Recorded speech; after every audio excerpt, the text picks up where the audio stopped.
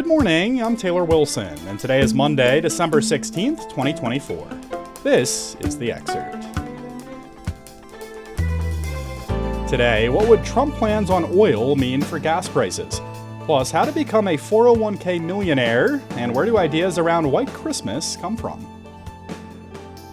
On the campaign trail, President-elect Donald Trump vowed to lower consumer prices that have soared since the pandemic, explaining how he would do so by saying, "Drill, baby, drill." Trump told supporters in August, quote, "At the center of our effort to bring the cost of living under control will be the all-out push to end the Biden-Harris war on American energy. We will drill, baby, drill," unquote. Trump is expected to speed drilling permits that took an average 258 days to complete during the Biden administration, hold permit sales more frequently, and increase drilling off the U.S. coast, Reuters reported last month.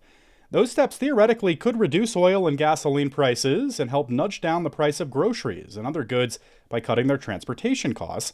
But would they? It's not likely, experts interviewed by USA Today say. Robert Kaufman is a Boston University professor who studies global oil markets, climate change, and land use changes. He said that the world oil market determines the supply and demand balance, and that a significant boost in U.S. production would trigger responses from other producers that would leave crude and gas prices roughly unchanged. And gas prices are falling, broadly speaking. The price of benchmark U.S. crude oil has tumbled to about $70 a barrel from $120 in June of 2022, shortly after Russia's invasion of Ukraine. In turn, average U.S. unleaded gasoline prices have fallen to about $3 a gallon from nearly $5, according to AAA. You can read more with a link in today's show notes.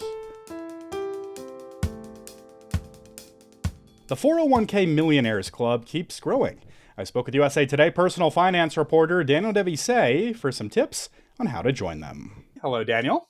Hello. So let's just get this out of the way at the top, Daniel. How many Americans are 401k millionaires? Do we know how common this is? Well, Fidelity says it's about 2% of all of their plan participants. Fidelity doesn't cover all the 401ks in the world, but they cover a lot of them. So it's about 500,000 of, their customers, basically. It's about 2%, one out of 50.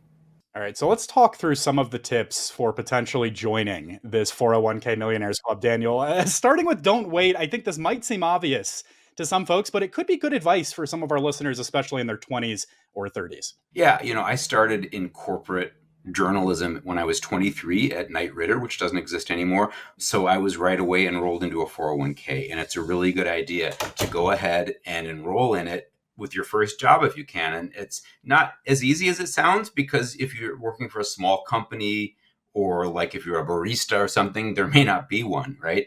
But as early as you can in your career, you should start. All right, how about employer matches? What's the kind of general advice here? Is take it. That is free money. One of the CFPs I interviewed said it's like doubling your money, because if you're contributing 5% of your salary and the employer matches 100% of that, it's like getting your money literally doubled. So this is like a minimum goal if you're doing a 401k, is take all of the match that your employer offers. Often it's like up to maybe 6% of your pay, and they might only match half of it, but it's a huge boon. So that's just a low bar, right? Yeah, well, that makes sense. But how much, Daniel, should folks really be saving every month? And should the expectation really be to max out your retirement contributions? Yeah, I'm not going to shame or scold anyone, because just to be candid, I save 10% of my salary, and I know I should be saving more, but I don't feel like I can afford it. The goal, according to Fidelity, is 15%. That doesn't mean if you're not saving 15% that you're doomed or anything, but you should aim, if you can afford it, to maybe save 15%. This is pre-tax money, so it doesn't feel like you're 15% poorer. This is money that's taken out before taxes are taken out, but that should be your goal. That's a higher bar, right? It's a higher bar. Yeah, well, if you leave a job, Daniel, what do experts advise on the 401k front in that situation? It's just at all costs, don't cash out your 401k. Even if it's like $5,000 and you're like 25, you shouldn't cash it out. People do. People close to me have done this, but it's a bad idea, because even though it's $5,000 and you're 25, by the time you're 55, that could be worth, I don't even know how many tens of thousands of dollars through the miracle of compound interest. So our corporate kind of infrastructure is moving to try to make it easier that when you leave a job, you can either like basically click a button. So either it kind of rolls over into a new 401k at your new company or into a rollover IRA, which I've got two of those now. I did that, but a lot of people don't because they think, oh, it's only 5,000 bucks. I can go to Italy, right? But it's a mistake. I think one of the scary kind of psychological aspects to any kind of investing is what happens when the market drops, right, Daniel? And we're in a strong market right now, relatively, but what does happen if the market drops? We know it will always have natural fluctuations. What do those down periods mean for retirement savings? So a lot of people with a 401k will want to either put their holdings in cash, take them out of the stock market, or maybe even take them out of the 401k altogether. Now, that would be really a bad move. But even to go out of the market and to put your money in cash, it's hard to time that. I mean, even the pros have a hard time timing when to do that. The experts say you really are better off leaving it alone. Think of a fund as if it's like a bunch of hens. If your account goes way down in value in a downturn, you still have as many shares of those mutual funds or of those stocks. So it's like if they were hens, in lean times, the hens would lose weight, but you still have the same number of hens, right? And then when the market improves, those hens will fatten back up. So that's how to think of it. You've got all these shares, and in those, as long as you have the same number of shares, they will eventually recover their value. There's a perfect way to put it in the piece. Dan, you touched on this a little bit earlier, but does it ever make sense to tap in early to your 401k before retirement? Are there any situations, or is this kind of a writ large policy? Just stay away. Well, again, I've done every bad thing you can do. I borrowed against mine years ago and I raided mine. I took money out at one point when I was desperate. And those are, especially the taking money out thing is really, really bad because you pay this huge tax penalty. So basically, you're losing about 25% of the money before you spend any of it if you take money out of your 401k before you're 59 and a half. In most cases, there are situations like a first home or like a financial emergency where you're at least spared the penalty, but you're still getting taxed on it. And the rule with a 401k is your goal is keep the money in there until you retire. I mean, really, if you can avoid it, find some other way. Great. Folks can find this full piece with a link in today's show notes. Daniel Devisay covers personal finance for USA Today. Thank you, sir. Thank you, sir. Senate Majority Leader Chuck Schumer has requested that special detection systems be deployed in New York and New Jersey after recent drone sightings fueled anxiety among residents in the region. Schumer told reporters yesterday that he made the request to the U.S. Department of Homeland Security and pushed for Robin radar systems, which he said has a better chance of detecting drones because of their 360-degree technology. Schumer's request comes after a series of reported drone sightings in the Northeast over the last month, including ones that caused a New York airport to shut down on Friday. Yesterday, Homeland Security Secretary Alejandro Mayorkas said the federal government is deploying additional resources to address the aerial drones, speaking with ABC News this week. Americans are obsessed with romantic ideas about White Christmas. And where does that come from? I called up USA Today national correspondent Elizabeth Weiss to find out. Hello, Beth. Hey, how's it going? Good, Beth. So, we know ideas about White Christmas are a big part of the American Christmas tradition, but I just want to start by asking you, how many Americans actually live where it snows at Christmas time? So, a lot fewer than you would think. It's only 40% of Americans that live where it snows reliably at Christmas, or it snows at all, really. And yet it's such a big part of the kind of cultural traditions in the US. Let's retrace some of the cultural background here, Beth. What are the origins of this kind of romantic idea of White Christmas? It kind of goes back to Charles Dickens.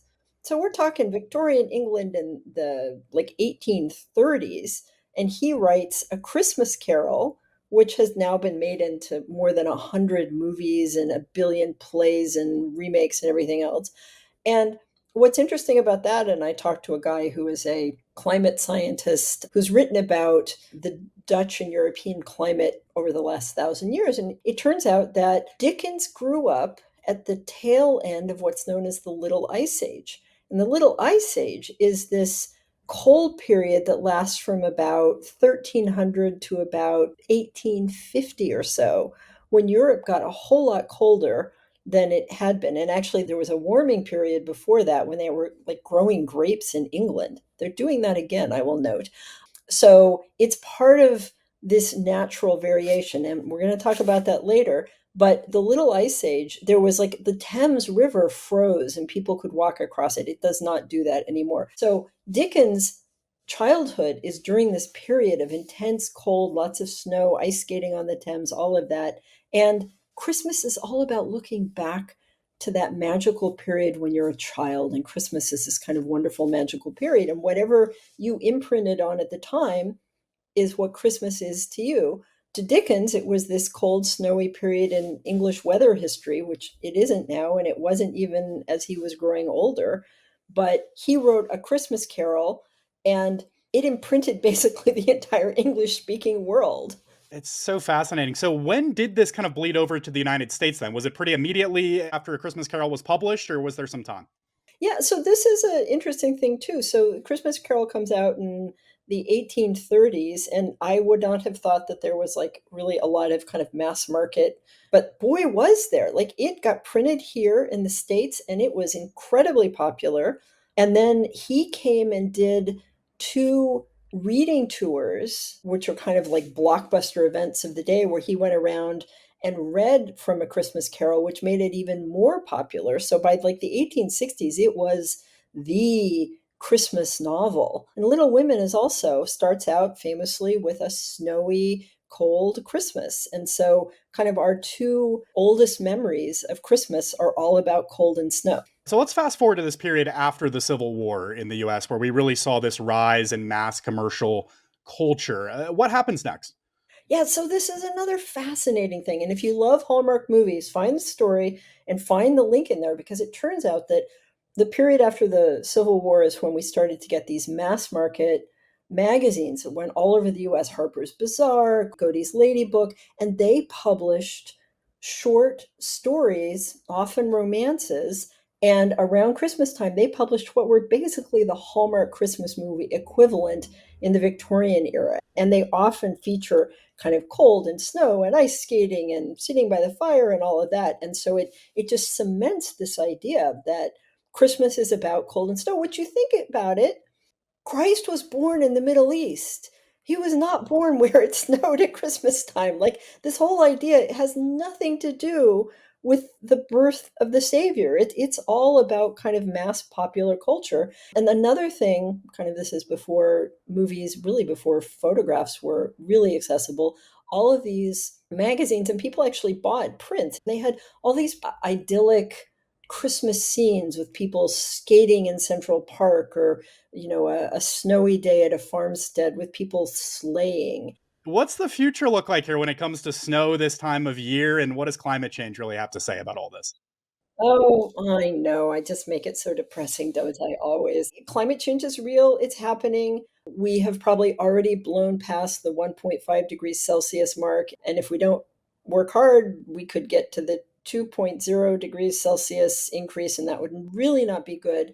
And so the possibility of white Christmases continues to decrease every year that we don't decrease our carbon emissions. And there's a chart in the story, because people will say, well, but there was natural variation back then. Yeah, there was natural variation. But if you look at the temperature charts, like there's kind of natural up and down. And then there's what happens after the Industrial Revolution, where it just goes woo, up, up, up. What we are experiencing now, even NASA said on their website, this is not normal.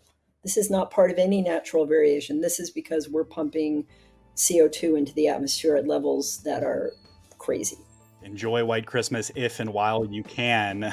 Elizabeth Weiss is a national correspondent with USA Today. Thanks as always, Beth, and happy holidays. Oh, Merry Christmas. Thanks for listening to The Excerpt. You can get the podcast wherever you get your audio, and if you're on a smart speaker, just ask for The Excerpt. I'm Taylor Wilson, and I'll be back tomorrow with more of The Excerpt from USA Today.